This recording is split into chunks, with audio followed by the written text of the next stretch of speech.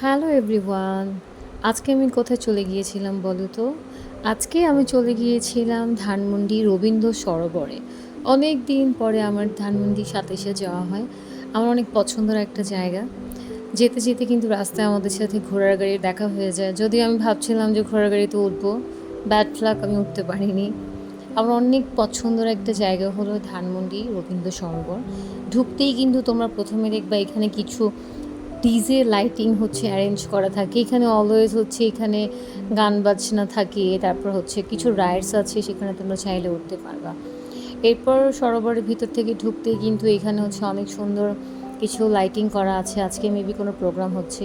এখানে একটা মামা বসে সবসময় তার থেকে আমি অলওয়েজ হচ্ছে ফুচকা, ভেলপুরি এত বেশি মজা লাগে। মানে এখানে আসলে আমি এই ভেলপুরিটা খাবই।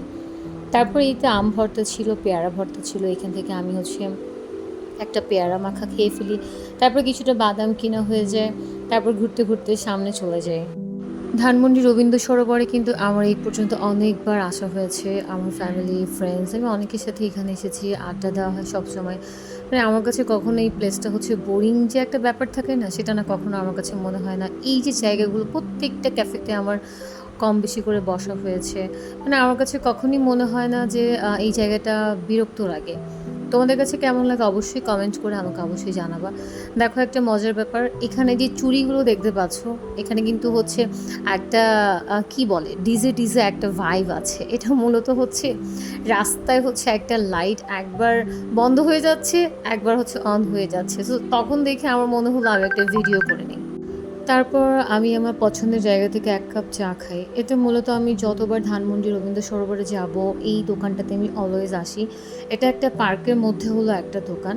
দেখা যায় রবীন্দ্র সরোবরে কিন্তু কম বেশি অনেকগুলোই হচ্ছে আশেপাশে দোকান থাকে। বাট এই মামাটা হচ্ছে একটা পার্কের ভিতর থেকে ওনার ছোট্ট করে একটা চা'র দোকান আছে। জায়গাটা অনেক নিরিবিলি। আর রিসেন্টলি একটা জিনিস ধানমন্ডিতে আমার খুব ভালো লেগেছে সেটা হচ্ছে তুমি হচ্ছে পার্কে বসে বই পড়তে পারবা।